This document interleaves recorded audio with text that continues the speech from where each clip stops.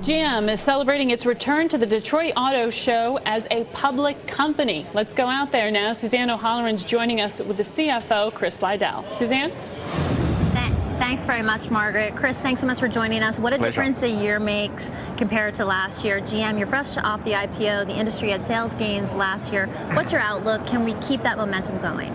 Yeah, we're keeping our expectations tempered. I mean, the IPO was fantastic, but now we're actually having to deliver. And the way that I talk about it, from the company's point of view, is last year was very much about putting the foundations in place.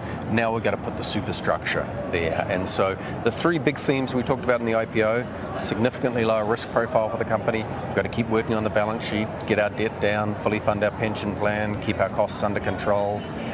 So talk to us about the balance sheet, because Sure. One thing that analysts are concerned about with the GM story is your debt and your pension liabilities. Give us a progress report on that. Is that going to be satisfied by 2013? I think that's one of your targets.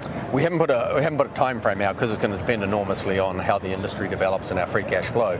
But the whole idea is to use all of our free cash flow to progressively repay our debt and fully fund the pension plan. We made a lot of progress on that last year, and people will see that when they see our balance sheet at the end of the year. But even if you look at by September, we made a lot of progress. We contributed $4 billion to the pension plan in the fourth quarter. So we actually made a lot of progress. Okay, is that going to continue? What's your next target?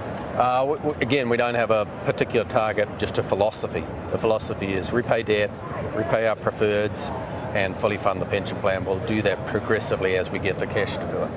The team at Barclays talked about your European unit. You are still losing money there. Mm-hmm. Can you break even by 2012? That's their prediction. That's certainly internally we've talked about getting to break even by the end of this year, so that would flow on to 2012.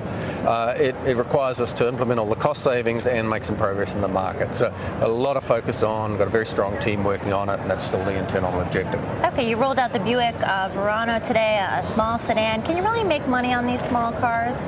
Well, it's about creating the value for them. So the myth is that you can't make money on small cars. You can't if you don't have a particularly strong value proposition, and you have to have high incentives and so forth. So the whole idea with the Verano that you mentioned and all of the cars that are coming out is a much stronger value proposition. If you can do that and create world-class vehicles, you don't have to have such high incentives. You can start to make money on it. Okay, can you give us a hiring projection? Because you're going to be making that here in the U.S., north of Detroit, as opposed to overseas. So that's going to be creating jobs. Can you give us a number of how many work?